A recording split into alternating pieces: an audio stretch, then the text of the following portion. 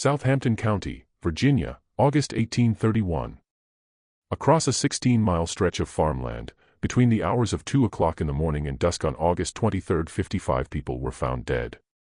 Entire families, men, women, children, were erased from existence in their own homes. The full list of names was something the local newspaper refused to print. For 60 years, the county courthouse sealed certain testimonies.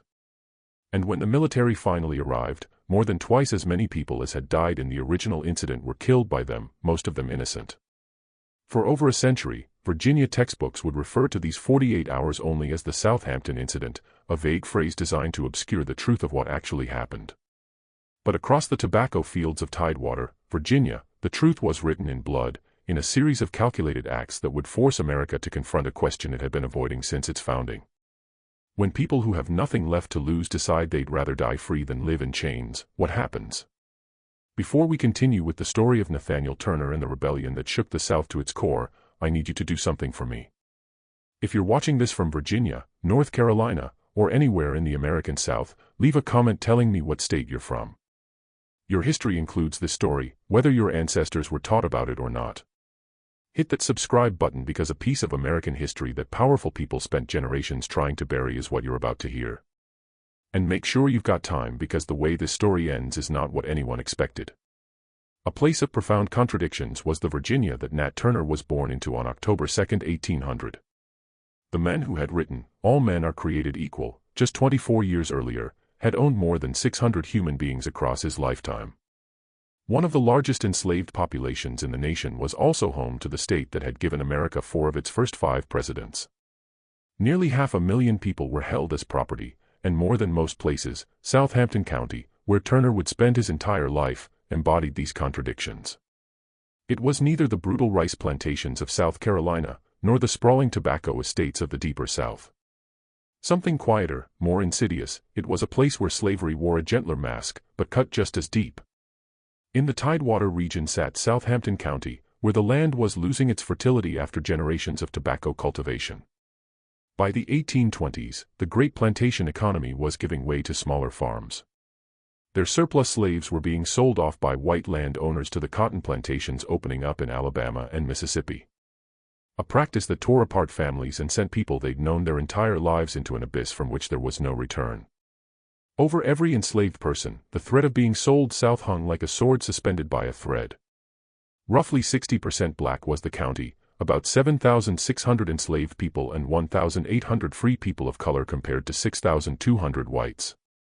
A small town of barely 700 souls built around a courthouse and a handful of churches was Jerusalem, the county seat. Flat and humid was the landscape, cut through with swamps and dense pine forests. Through the eastern part of the county snaked the Nottoway River, and beyond the farmland lay the Great Dismal Swamp, a vast wilderness where runaways sometimes disappeared for months or even years. On Benjamin Turner's farm, Nathaniel Turner, who went by Nat, was born.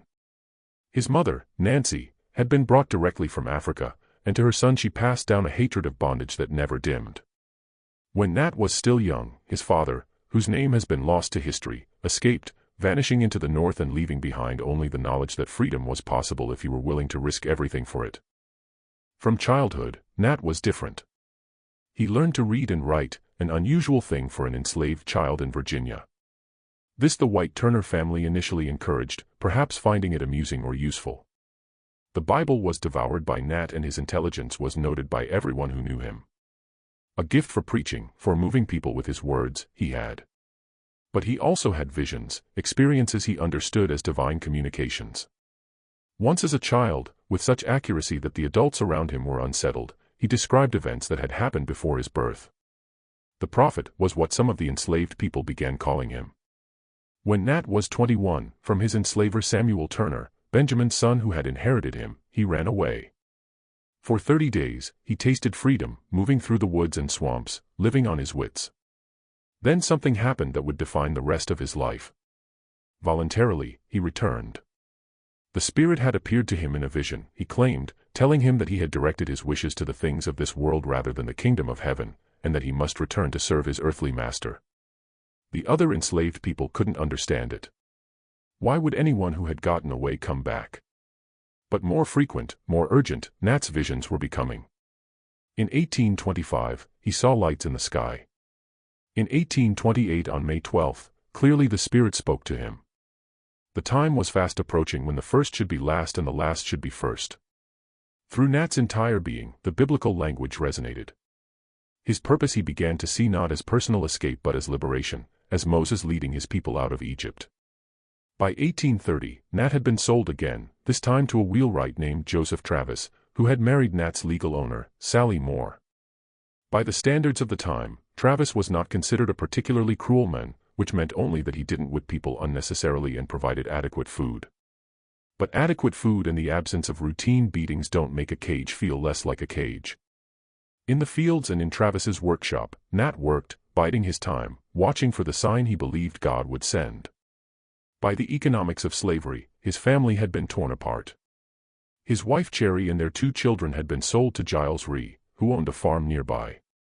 Sometimes Nat could see them, but to another man they belonged. In February 1831, something happened that may have been the final straw. For a debt, Reese's son used Nat's own son as collateral. Nat's child, his blood, had become a bargaining chip in a white man's financial troubles. Days later, on February 12, 1831, over Southampton County passed an annular solar eclipse. A black disk covering its center appeared on the sun with a ring of fire around the edges. To Nat Turner, it looked like a black hand reaching across the face of the sun, the sign he had been waiting for. The time had come. In careful preparation, Nat Turner spent the next 6 months. Slowly and deliberately he moved, speaking only to men he trusted absolutely. He chose 4.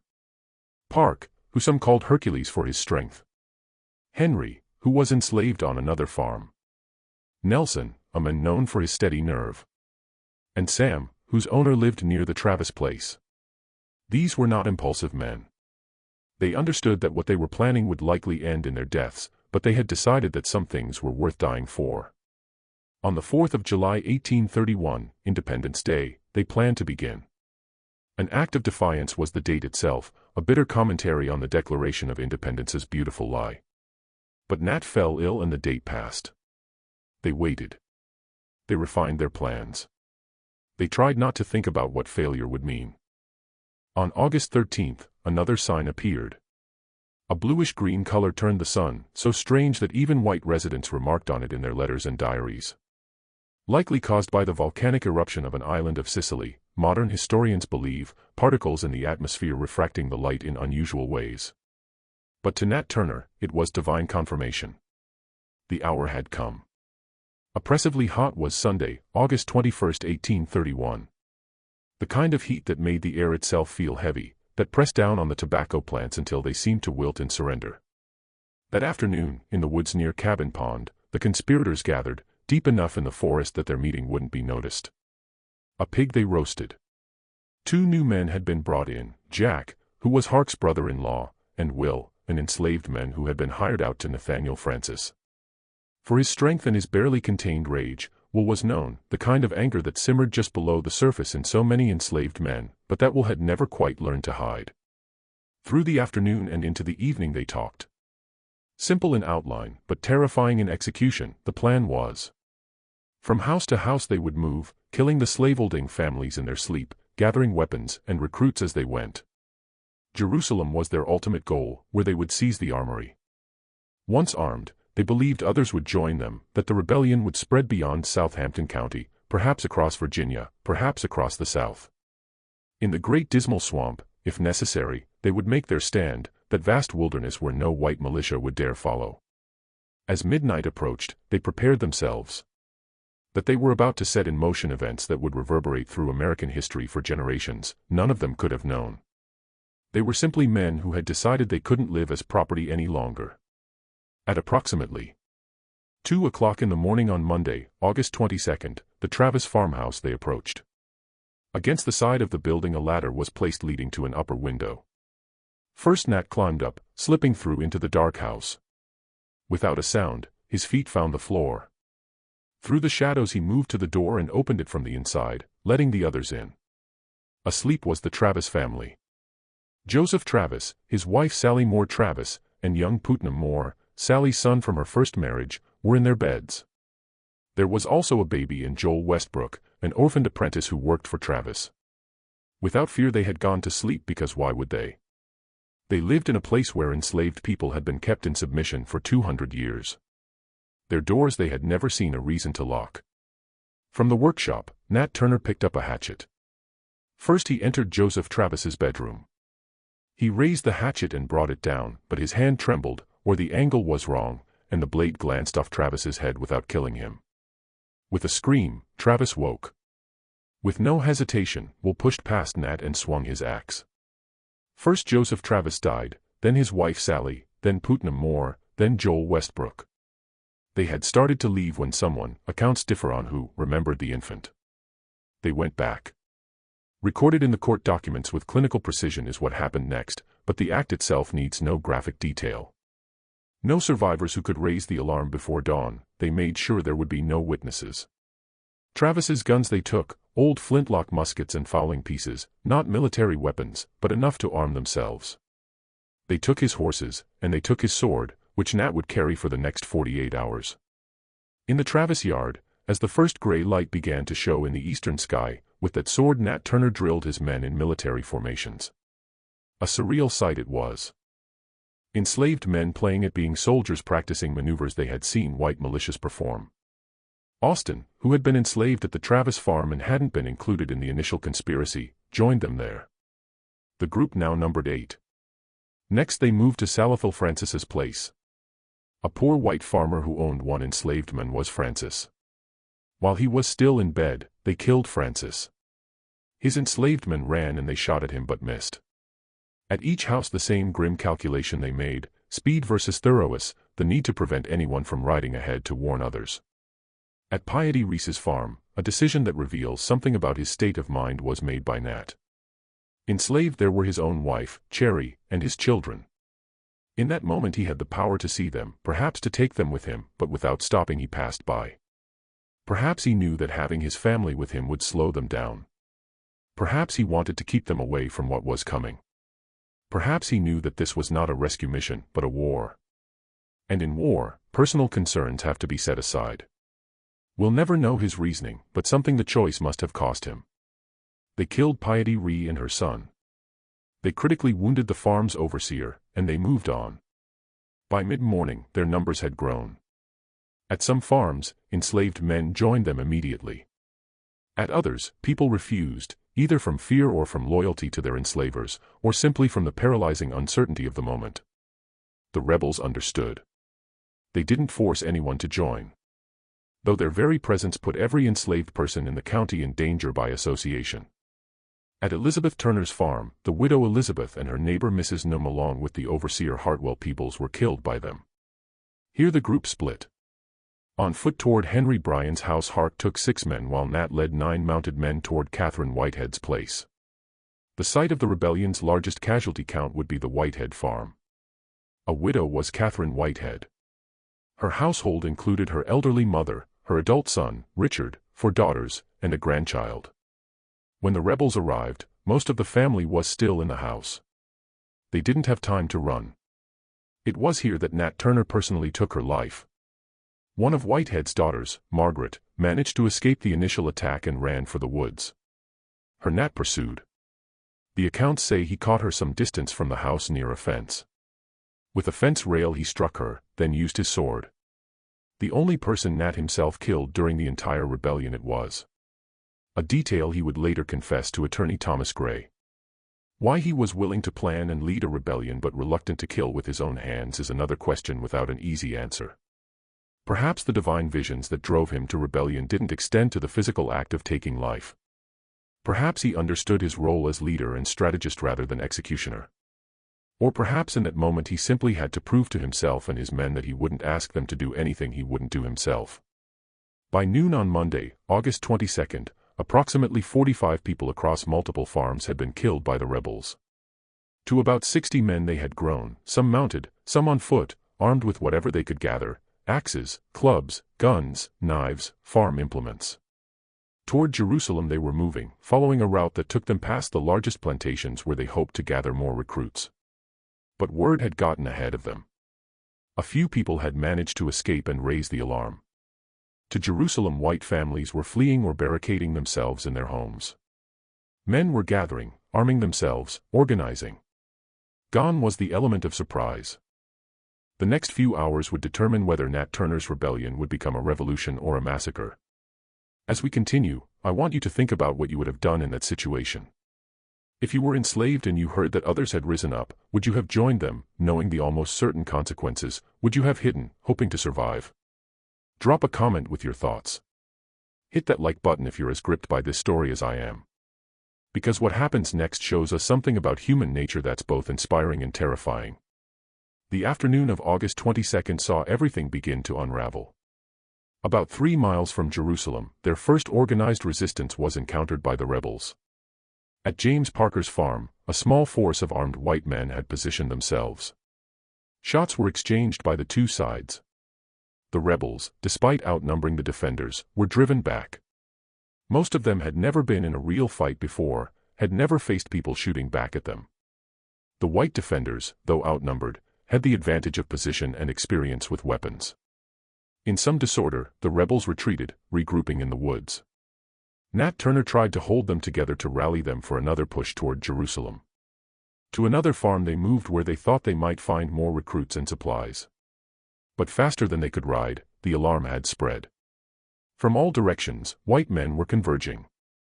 Local militia, volunteers from neighboring counties, even men from North Carolina crossing the border to help suppress what they saw as an existential threat. By evening, when the rebels made camp at Thomas Ridley's plantation, about 40 men still with him Turner had. They were exhausted, hungry, and beginning to understand that their window of opportunity was closing. Some of the men who had joined them in the morning had already slipped away, melting back into the woods, hoping to reach their home farms before anyone noticed they'd been gone. The night was tense. Sentries were posted. Every sound in the darkness could be an approaching militia. Just before dawn, the sentries thought they heard something and went to investigate. They found nothing. But when they returned to camp, their arrival spooked the other rebels. There was a commotion, shouting, confusion in the darkness. Several men fled into the woods. By sunrise on Tuesday, August 23rd, even further Turner's force had shrunk. One more attempt they made, approaching Samuel Blunt's plantation, believing Blunt had abandoned it. But Blunt and 5 other white men had fortified the house. And when the rebels approached, from the windows they opened fire. The rebels scattered. In the chaos, from the others Nat Turner became separated. Effectively over was the rebellion. Less than 48 hours after it began, Turner's army had dissolved. Through the woods by increasingly large numbers of armed white men, small groups of rebels were being hunted. Some were captured, some were shot. A few managed to hide, lying low in the swamps and forests, hoping to survive until the fury passed. But the fury was just beginning. When word of the rebellion reached the rest of Virginia and the surrounding states, the response was immediate and overwhelming. On Southampton County within days, nearly 3,000 armed men converged. Militia from Virginia and North Carolina. Federal troops, volunteers who simply wanted to be part of putting down what they saw as a slave uprising. The entire white population of the area was soon exceeded by the number of armed men in Southampton County. A campaign of retribution that shocked even some of the white observers who witnessed it followed. Through the county moved armed mobs, seeking out anyone they suspected of being involved in the rebellion. They weren't particular about evidence. Black skin was evidence enough. A newspaper editor from Richmond who traveled to Southampton County to report on the events wrote that the white retribution was hardly inferior in barbarity to the atrocities of the rebels. Throughout the county, white men drunk on fear and rage killed black people enslaved and free. On poles along the roads as warnings, they mounted some of the heads. They committed acts of torture trying to extract information about other conspirators. The exact number of people killed in this wave of violence will never be known. As many as 120 black people killed by white mobs in the days following the rebellion is mentioned in contemporary accounts. Most were innocent of any involvement. Some had actually helped white families hide or escape. It didn't matter. The terror that white Virginians felt, the sudden understanding that the people they enslaved might hate them enough to kill them, manifested as indiscriminate violence. One company of militia from Hartford County, North Carolina, reportedly killed 40 black people in a single day, and looted the bodies, taking $23 and a gold watch. Their captain, Solon Borland, condemned these acts, not because they were murder, but because stealing from dead slaves amounted to theft from the white men who owned them. In special courts convened for the rebellion, captured rebels were tried. Courts of Oyer and Terminer where judges rather than juries decided guilt. The trials were brief. Between late August and mid-November, dozens of enslaved people were tried. 30 were executed after trial. Several were transported out of Virginia, sold to the Deep South as punishment. The bodies of those executed were sometimes dissected or displayed as warnings, but Nat Turner himself was nowhere to be found. For 10 weeks, while Southampton County was occupied by thousands of armed men and white residents lived in a state of panic, Nat Turner hid in plain sight. He never left Southampton County. He stayed within a few miles of where the rebellion had started, moving between several hiding places he had prepared or discovered. The days immediately following the rebellion's collapse were perhaps the most dangerous. The woods were full of armed men hunting for rebels, and they weren't particular about who they shot. Any black person found away from their assigned place could be executed on the spot. Through the forests constantly during those first weeks echoed the sound of gunfire.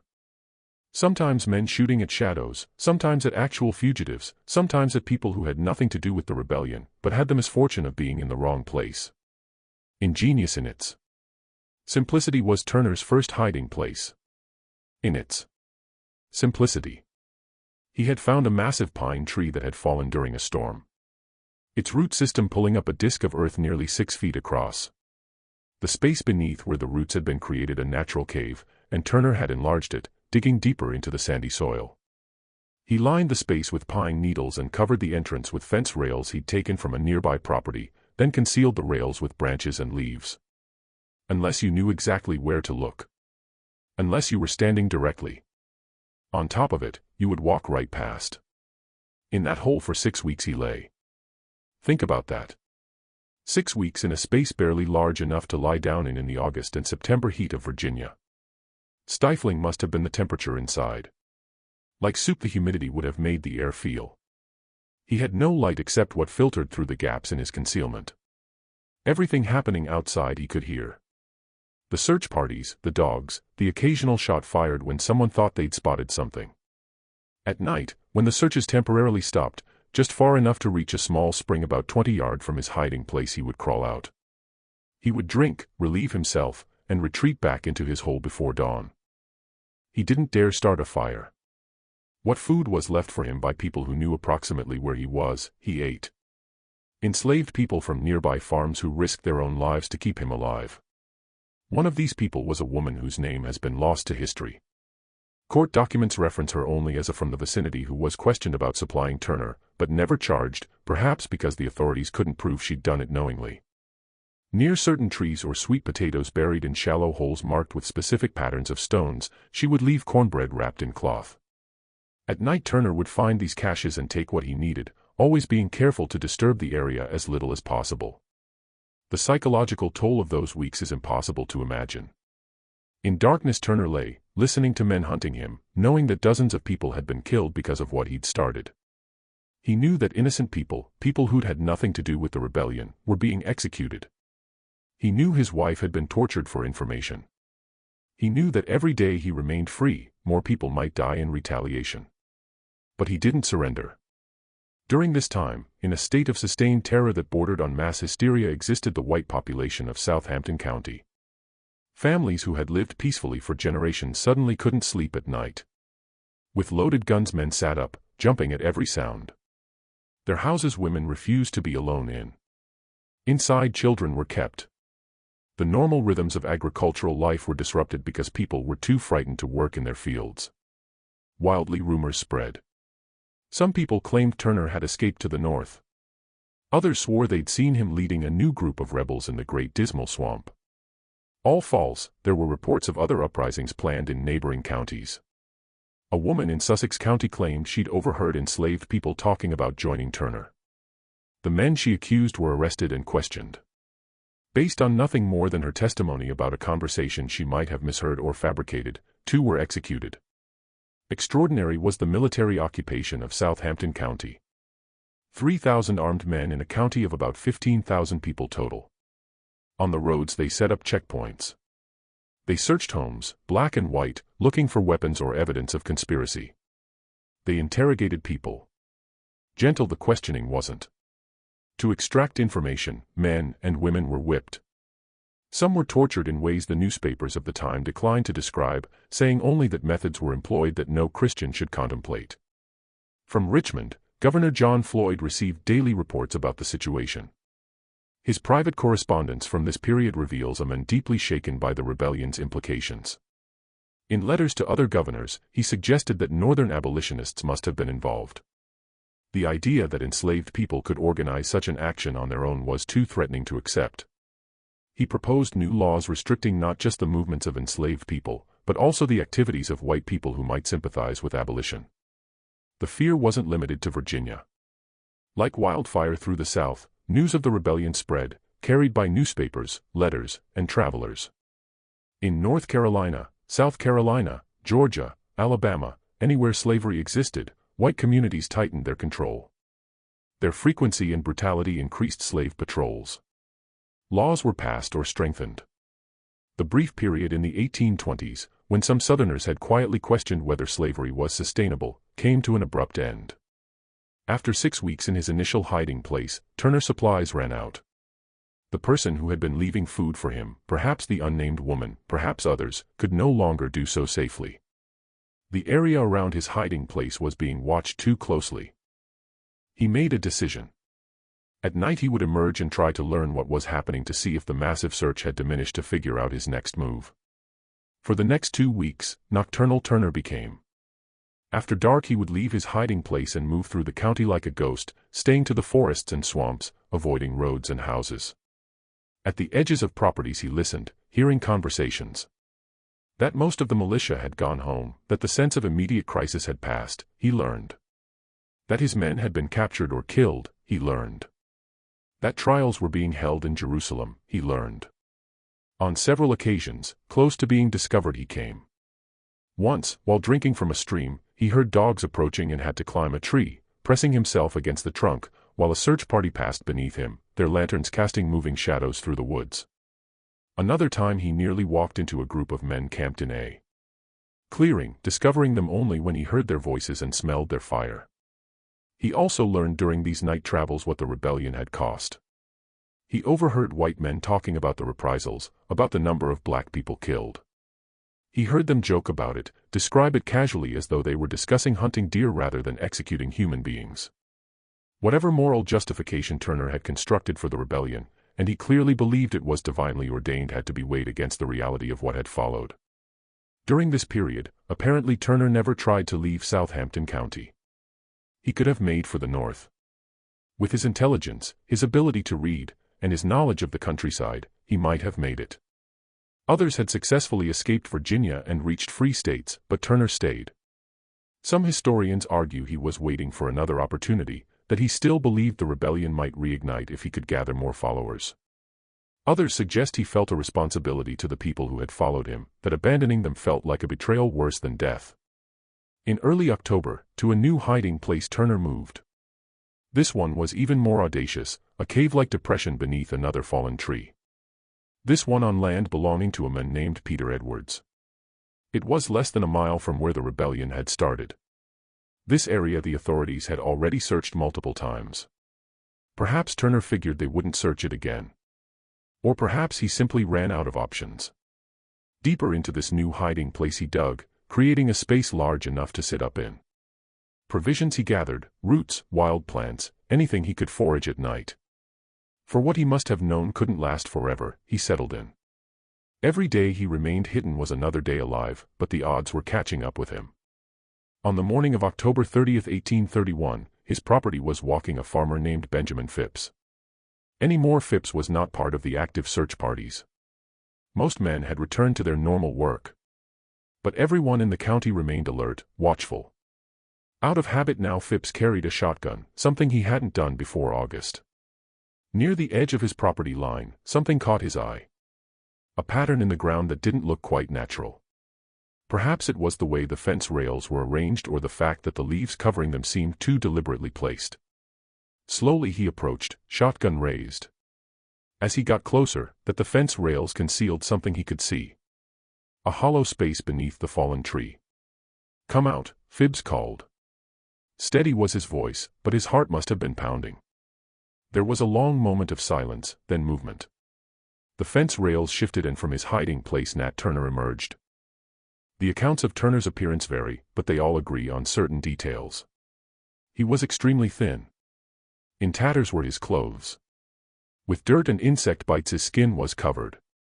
Perhaps 30 pounds he'd lost.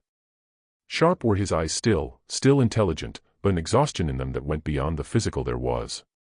That Turner didn't seem surprised to be found, almost as though he'd been expecting it, Phipps later said.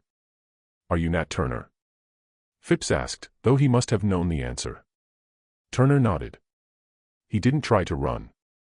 He didn't resist when Phipps motioned with the gun for him to walk ahead of him. As they made their way toward Phipps's house, only one question Turner allegedly asked. "How many of my men are still alive?" The truth, Phipps told him. Most were dead or awaiting execution. Nothing more, Turner said. Through Southampton County within hours, news of the capture spread. By afternoon, from neighboring farms and townspeople were arriving, wanting to see the men who had terrorized Virginia for 10 weeks. On his property overnight, Phipps kept Turner in a locked shed, guarding him personally. Outside, the crowd grew. Some people wanted to lynch Turner immediately to avoid the formality of a trial. Phipps, whether from a sense of legal propriety or fear of being accused of depriving the state of its prize, held them off. Nat Turner he'd captured. What to do with him the state would decide.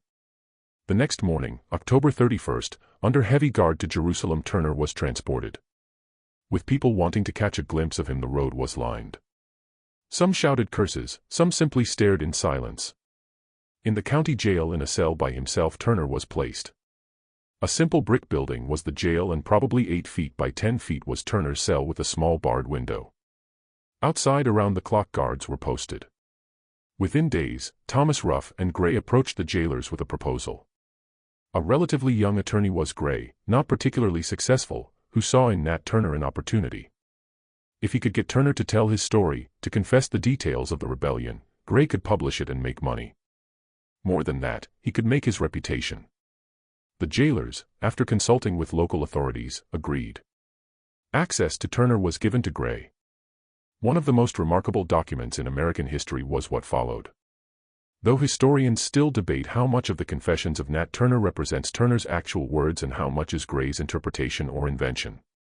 Over the course of several days, with Turner in his cell, Gray sat asking questions, taking notes. Turner, who had nothing left to lose, answered. As calm, articulate, and completely unrepentant, Gray's published account describes Turner. In detail, Turner explained his visions, the spirit that had spoken to him, the signs in the sky, the conviction that God had chosen him to lead his people out of bondage. The planning of the rebellion he described, the gathering at Cabin Pond, the decision to begin at the Travis farm. He named the other conspirators, most of whom were already dead or captured. So he wasn't giving the authorities information they didn't have. When Gray asked if Turner regretted his actions given the number of black people who had been killed in retaliation, chilling in its certainty was Turner's response. He said that he had done what the Spirit commanded him to do, that the deaths were regrettable but necessary, that if he could do it again, he would. Not as a failure, but as the opening act of something larger. He saw the rebellion, a war that would eventually come, whether white Southerners wanted to acknowledge it or not. In his written commentary surrounding Turner's words, as a religious fanatic, Gray tried to paint Turner, a deluded man whose visions were symptoms of mental illness rather than divine inspiration. But the intelligence in Turner's responses, the coherence of his reasoning within his own theological framework, Gray couldn't completely obscure. With an uncomfortable realization were left readers of the Confessions. Nat Turner wasn't insane. A rational man he was who had made a rational calculation that death was preferable to slavery and that any action taken against slavery, no matter how violent, was justified. Until after Turner's trial, the publication of the Confessions was delayed, but Gray was already preparing the manuscript, already negotiating with printers. Each page of the confession he had Turner sign, authenticating it. Whether Turner fully understood that Gray was going to profit from his words is unclear. Perhaps he simply wanted his story told, wanted people to understand why he'd done what he'd done. On November 5, 1831, Turner's trial was held. just 6 days after his capture. In any meaningful sense, it wasn't a trial. The outcome was predetermined, but Virginia law required certain procedures to be followed, even for enslaved people accused of rebellion. With an attorney, James Strange French, Turner was provided, who was appointed by the court.